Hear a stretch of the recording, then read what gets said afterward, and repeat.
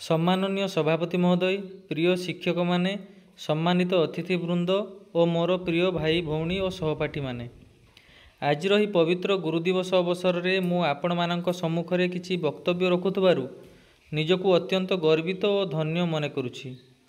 प्रत्येक वर्ष सेप्टेम्बर 5 तारिख रे आमे एही दिनटी को विशेष भावे पालन करुछु।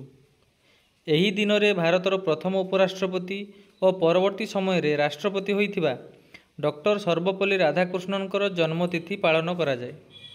तांकु एक महान शिक्षक, तत्वज्ञानी, दार्शनिक और मानवतावादी भावे संपूर्ण विश्व स्मरण करे। प्राचीन कालरू गुरु मानंकु असीम सम्मान दिया जाई आसुछि।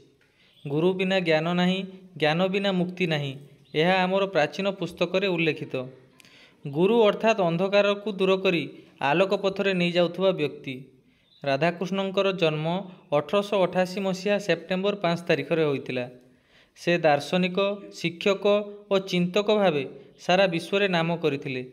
तांको जीवनर प्राधान्य थिला शिक्षा को समाजर परिवर्तनर सबुठारु महत्वपूर्ण अस्त्र करिबा।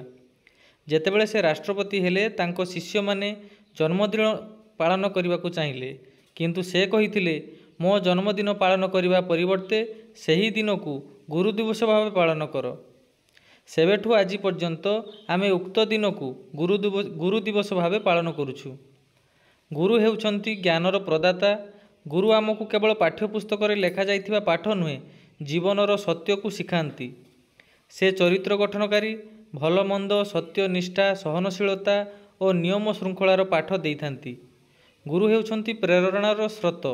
जेपरिक एक प्रदीप निजको जलाई अन्य को आलोक देइथाए, सेपरि शिक्षक निजर परिश्रम और समय को बलिदान करी आमको ज्ञान रे दीप्तिमान करती। आजिर एकविंश शताब्दी रे विज्ञान और प्रजुक्तिर जुगरे शिक्षकों भूमिका आहुरी विशेष। पुराणा गुरुकुल पद्धति आरंभ करी आजिर डिजिटल क्लासरूम पर्यंत शिक्षकों महत्व केबे भी कमी नहीं। कोविड-19 समय रे शिक्षक माने ऑनलाइन शिक्षा रे आमको नुआ मार्ग देइथिले। सेमाने केवल पढ़ाइबारे नुहे, विपद समय रे आमको मानसिक शक्ति मध्य देइथिले। गुरुंको प्रति आमर किछि कर्तव्य मध्य रहिछि।